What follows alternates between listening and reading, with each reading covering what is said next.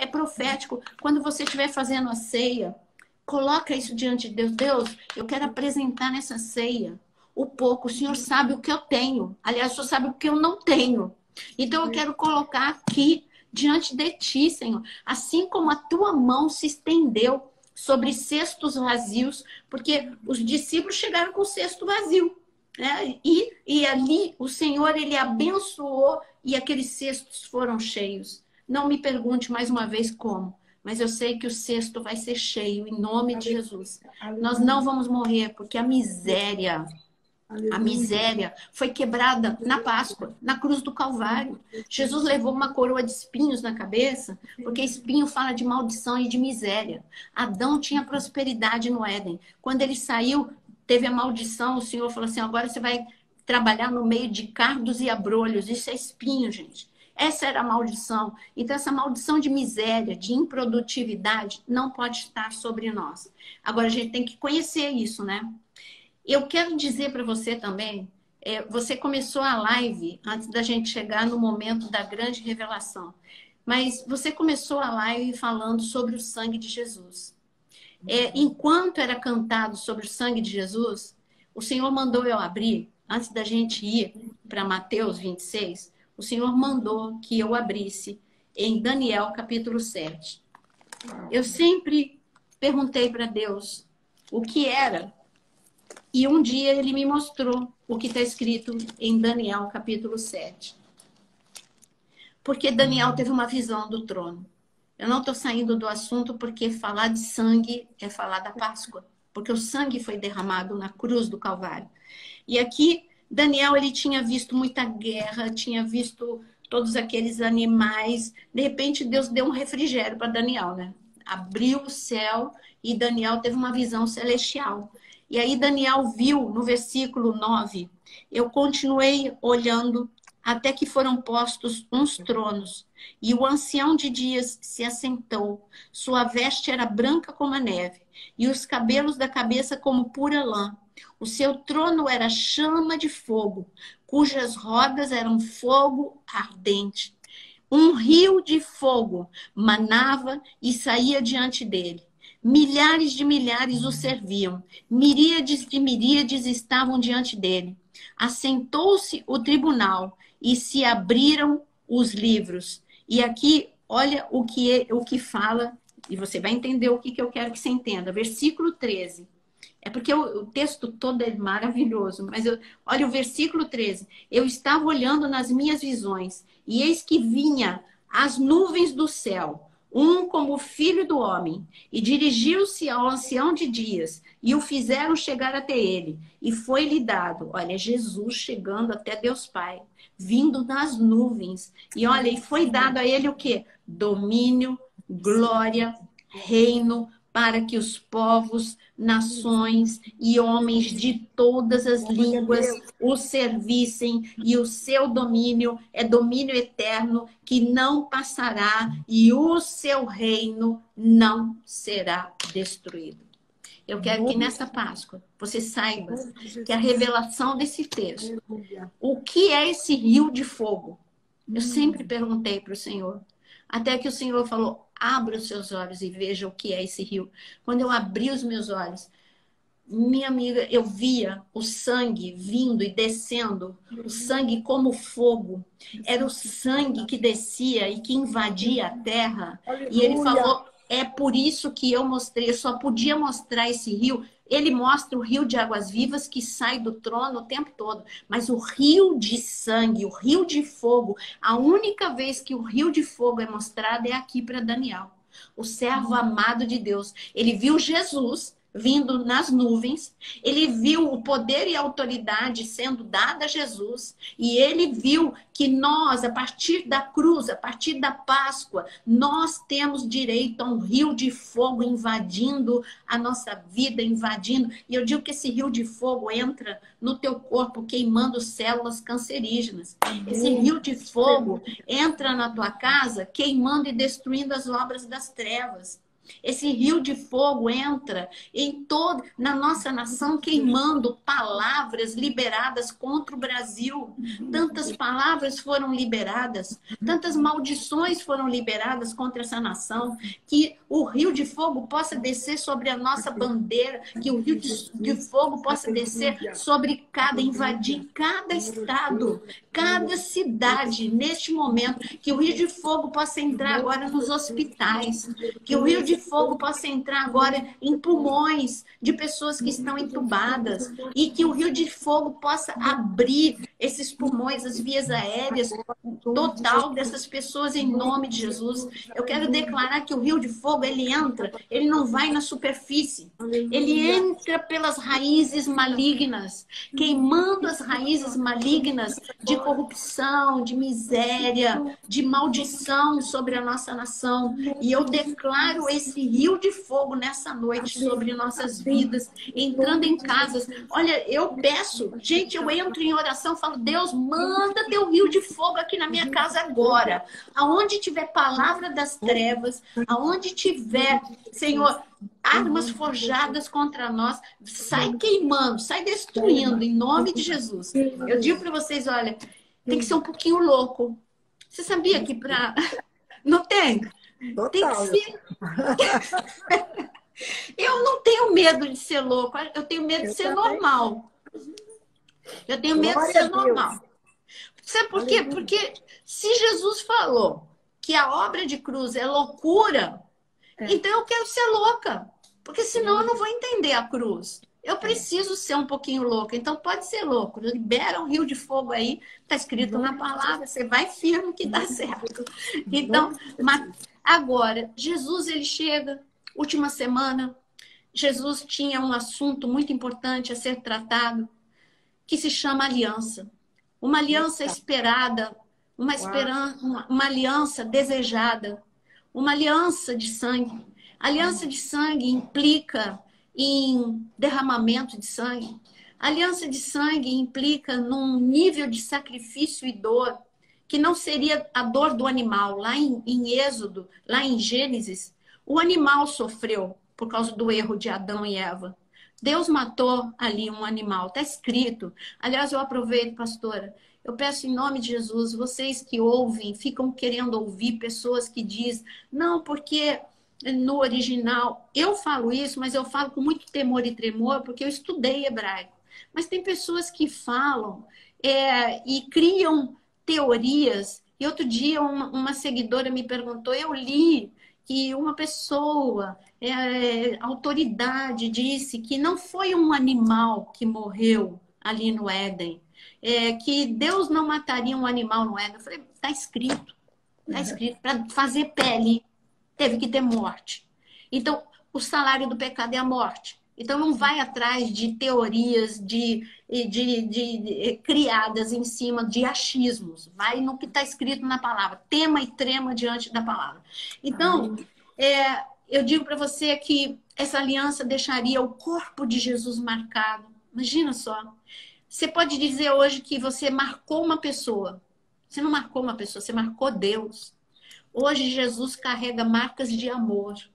Ele foi marcado e ele escolheu ressuscitar com essas marcas.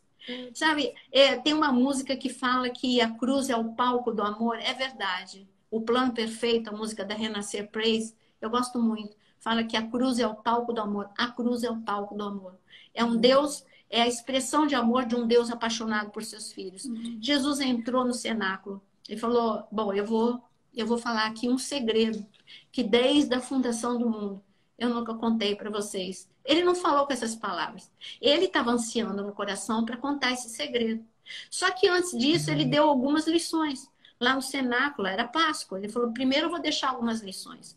Eu vou mostrar que não tem como você ressuscitar, viver o espírito de ressurreição se você não perdoar. Gente, você não pode entrar nessa mesa aqui, ó.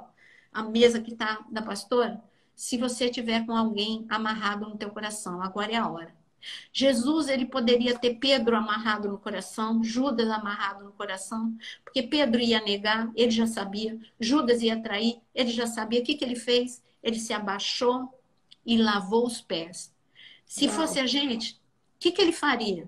Na hora de lavar o pé de Judas, eu já me perguntei 1000 vezes o que eu faria se eu estivesse lavando o pé de Judas, aquele que me trairia. Aí eu fico pensando, Senhor, o Senhor é tão grande, eu acho que eu ia dar um apertão no pé de Judas. Seu traidor, você não tem vergonha de fazer isso comigo, não? Eu falei, por isso que eu nunca poderia estar no teu lugar, Senhor.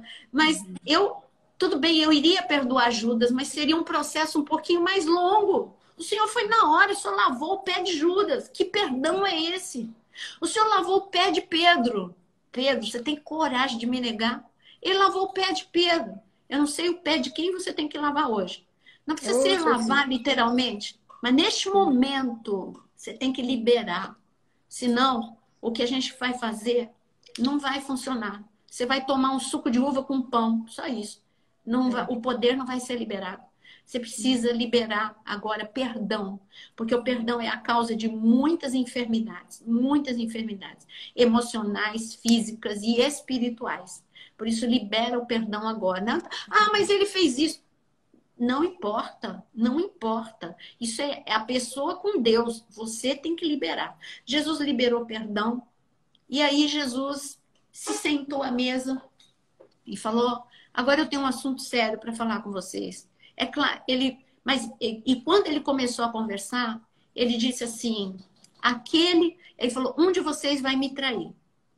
E aí, perguntou, claro, ali o curioso, o sanguíneo, né? Pedro pergunta para João. E João estava onde? João estava do lado de Jesus. Como é que a gente sabe? Porque João deitou a cabeça em Jesus. Se João deitou a cabeça no peito de Jesus, ele podia estar sentado à direita ou à esquerda de Jesus. Tanto faz. Ele podia, em qualquer lado, ele podia deitar. Mas eu sei que João estava à esquerda. Por que eu sei? Porque Jesus diz que quem vai me trair vai pôr a mão comigo no prato. Foi isso que Jesus disse. A mão de Jesus, a mão direita. Então, a pessoa que deveria estar do lado dele, que era Judas, estava à direita. Gente, desde sempre, a direita é lugar de honra. Olha o nível de perdão de Jesus. Uau, Jesus falou, eu dei o meu lado direito para Judas.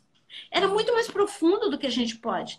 E que prato é esse? O prato, aí esse prato já mostra que o que a gente vai, a revelação que a gente vai mostrar que Jesus dá aos seus discípulos, ela é que Jesus celebrava a ceia do mesmo jeitinho desde o tempo de Moisés. O que tinha no tempo de Moisés? Foi Deus que mandou. Cordeiro, ervas amargas, o pão sem fermento e o sangue, né, do cordeiro que foi morto, aplicado na porta.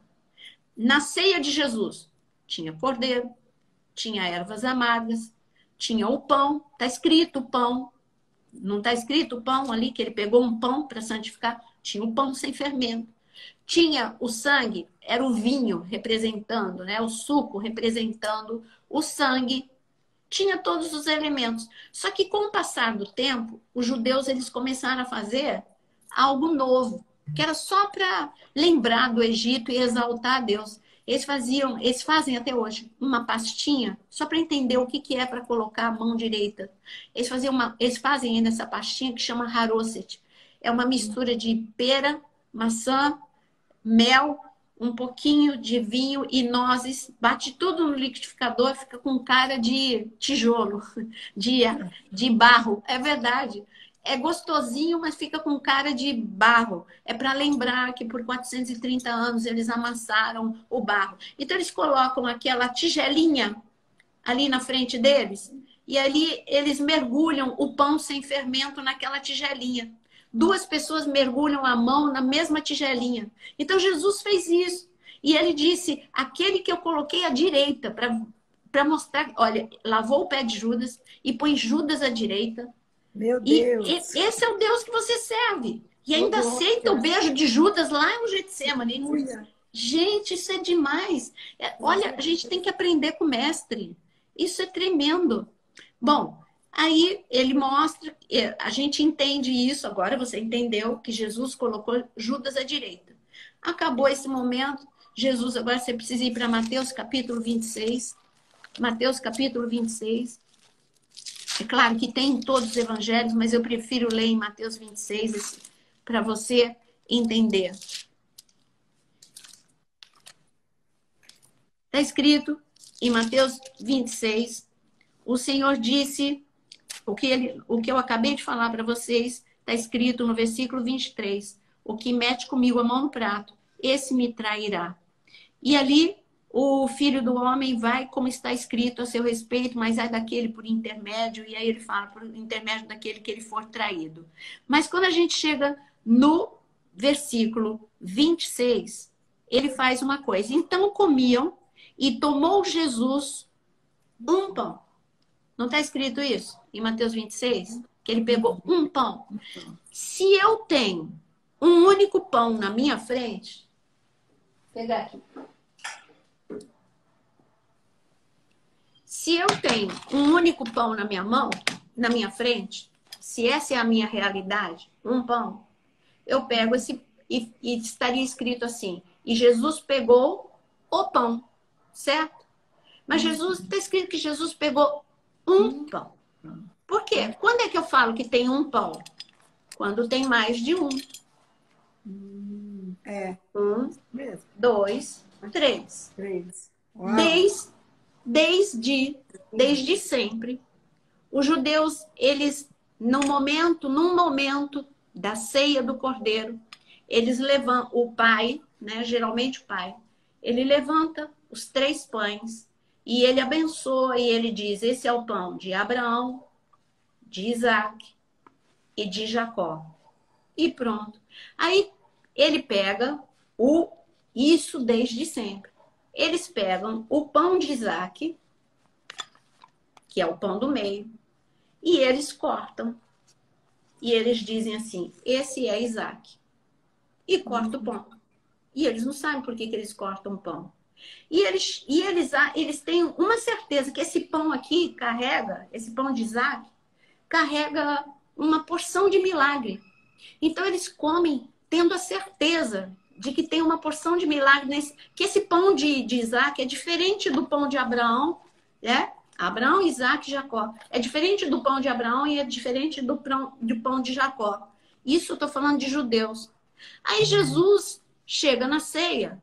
Gente, não era a primeira ceia que os discípulos celebravam com Jesus. Eles já tinham celebrado, essa era a terceira ceia.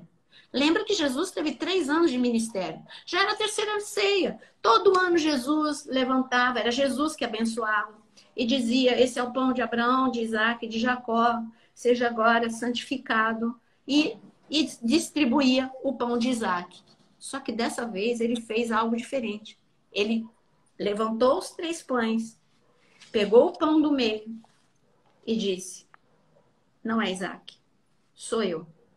Uau. Isaac sou eu. Eu cheguei. É agora que eu vou. Ó, este é o meu corpo, que vai ser, partido por amor de vós. Aleluia. Meu corpo partido por amor de vós é o milagre que vocês precisam, porque o véu rasgou. Porque agora o caminho do milagre está aberto.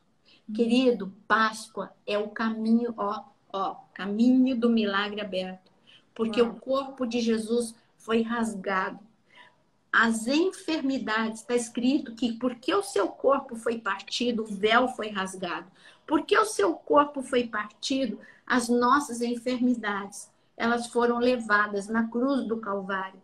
Então, eu já imagino assim, os olhos dos discípulos arregalados. Ele está falando que ele é Isaac, sim, ele é o filho de Deus vivo, mas a gente não tinha feito essa associação. Aí ele faz algo mais tremendo ainda. Ele pega, é que eu não tinha 4 iguais, então eu só peguei 2.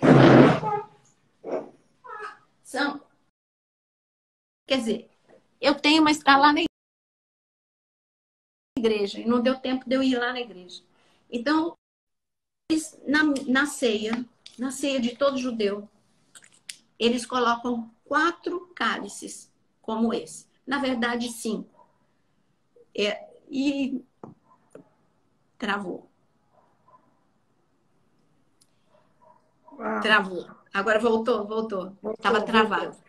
Voltou. Então, eles colocam 4 cálices. Esses 4 cálices, cada um deles tem um nome. Então, eu vou dizer para você qual é o nome dos cálices, hein? Porque é tudo que Deus vai fazer conosco. Primeiro cálice se chama o cálice da santificação. E eu digo que hoje é noite de santificação. Santificação é separação. Por que eles falam que é o cálice da santificação? Porque eles foram separados do Egito. Eles ficaram todos na terra de Gósen, unidos e esperando o sobrenatural chegar. E o sobrenatural chegou. E o sobrenatural quebrou as portas do Egito. E o sobrenatural de Deus curou, protegeu todas as famílias, curou todos os enfermos, devolveu tudo que eles tinham perdido em 430 anos. E como se não bastasse isso, o sobrenatural abriu o Mar Vermelho e ainda todo o exército dos egípcios foi derrotado. Gente, Páscoa não é pouca coisa, não. Então, a santificação, mas você precisa estar santificado. O segundo cálice, ele chama o cálice da redenção. O cálice da redenção é porque aí a pessoa, no caso seria Jesus ou o pai de família, ele leria o que nós lemos ontem sobre as pragas. Lembra que eu disse? Coloca o dedo assim, ó, do jeito que eu estou colocando o dedo aqui no suco e lança sobre o que tiver na frente dele, o pão, seja o que for. Então, eles estavam falando que o sangue enfraqueceria todo o poder, derrotaria, enfraqueceria todo o poder, principado e potestade. Porque todos os poderes, principados e potestades do Egito, que eram fortalecidos, foram enfraquecidos e derrotados. Eles começaram a ser enfraquecidos nas pragas, mas foram totalmente derrotados ali no Mar Vermelho. Eles começaram a ser enfraquecidos na cruz do Calvário e foram derrotados quando o Senhor Jesus foi lá no inferno para pisar a cabeça da serpente e revelar que ele era o Cordeiro de Deus que iria se tornar o leão da tribo de Judá. Então, o segundo cálice é da redenção e eu quero declarar redenção, resgate sobre a sua vida. Resgate, quebra de algemas. Aonde quer que tenha algemas. Algema na mente, pastora. Algema na mente está sendo quebrada agora. Algema nas emoções estão sendo quebradas.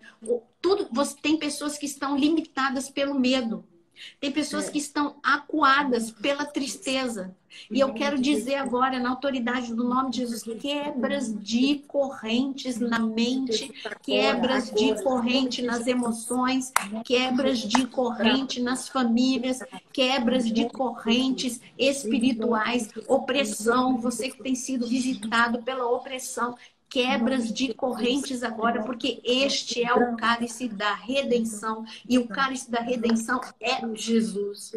Terceiro cálice. Terceiro cálice é o cálice do sofrimento. Eles lembram de todo o sofrimento que eles passaram. Tipo, dizendo não mais o sofrimento. Assim como as ervas, eles comem as ervas amargas para dizer não mais o sofrimento. Por isso eu quero dizer agora um basta ao sofrimento mundial. Nós estamos sofrendo há um ano, mais de um ano.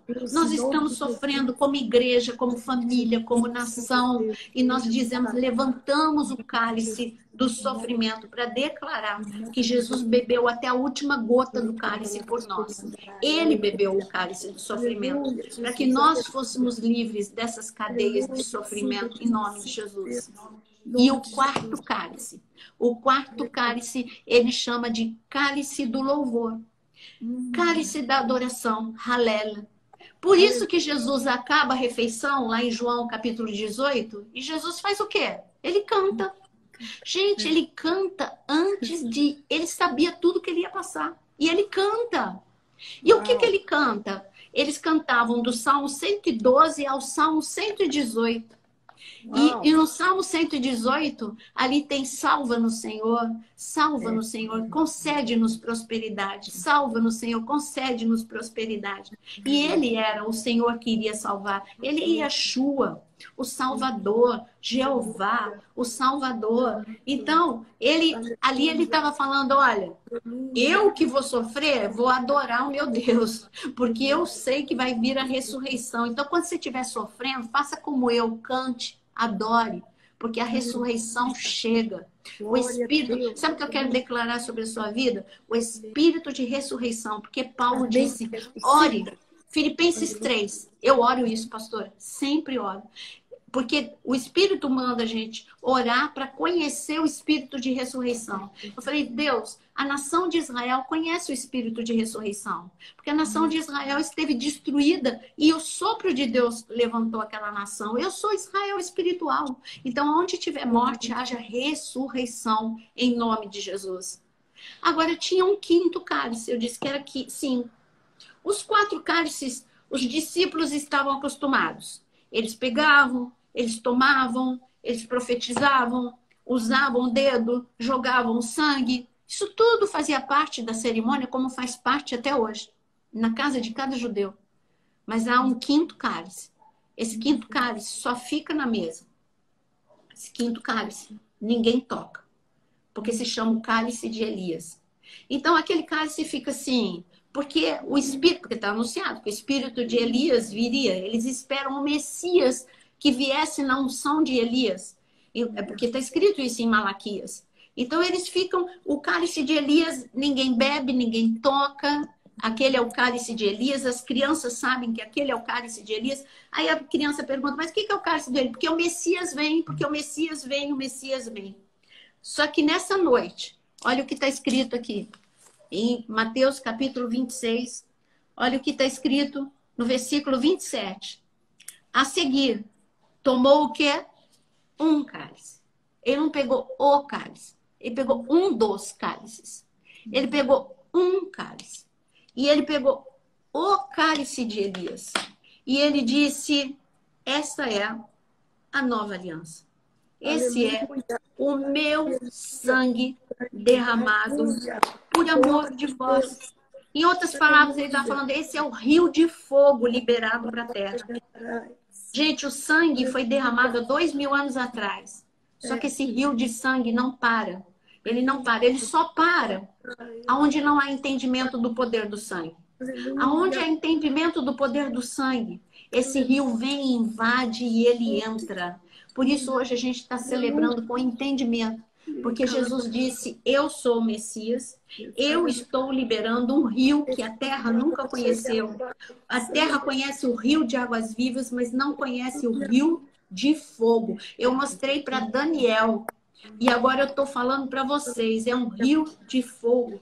E quando ele levantou, ele fez algo mais incrível. Ele levantou, santificou, disse que era a nova aliança. Que aliança é essa? Eu quero declarar aliança de vida e não de morte para você. Aliança de bênção e não de maldição. Aliança de ressurreição sobre a sua vida. Aliança de poder sobre a sua vida. E ali Jesus ainda fala o seguinte, bebe agora. Eles nunca na vida tinham bebido o cálice de Elias. Aí eles, naquela noite era tudo diferente. Jesus mandou eles tomarem o cálice de Elias. Quer dizer, sabe o que Jesus estava falando? Acabou. Se cumpriu. Chegou o reino. Chegou o reino. Chegou o poder. O que você leu comigo em Daniel 7? Esse reino não pode ser destruído. Eu digo que o reino de Deus na tua casa não pode ser destruído. Se o reino de Deus na tua casa não pode ser destruído, então você não vai ser destruído. Porque o reino de Deus está dentro de você. O reino de Deus é o Espírito Santo dentro de você. Chegou o reino. Foi isso que Jesus falou. Então, eu digo que essa é uma noite de milagres. Essa é uma noite de grande revelação. Jesus fez uma ceia diferente de todas as outras ceias. E por que ele fez essa ceia diferente? Olha, teve cura no Getsêmani. A orelha de Malco foi curada. Teve conversão ao pé da cruz. Teve a conversão do centurião. Teve a conversão do ladrão que estava do lado de Jesus. Foi uma enxurrada de milagres aconteceu ao pé da cruz. Porque Jesus disse, gente, é temporada de milagres. E a igreja primitiva, os discípulos que participaram dessa ceia, eles entenderam tanto o poder do nome e do sangue, que se você vê cada milagre que Pedro, que João, que cada um deles fazia, eles falavam, é no nome do Senhor Jesus que nós fazemos este milagre. E eles falavam da realidade do sangue e do nome como nós não falamos. Chegou o momento da gente resgatar o que foi perdido. Foi perdido a importância do sangue e do nome de Jesus. Que essa ceia seja uma ceia de poder, glória, de rompimento, rio de sangue entrando na tua vida em nome de Jesus.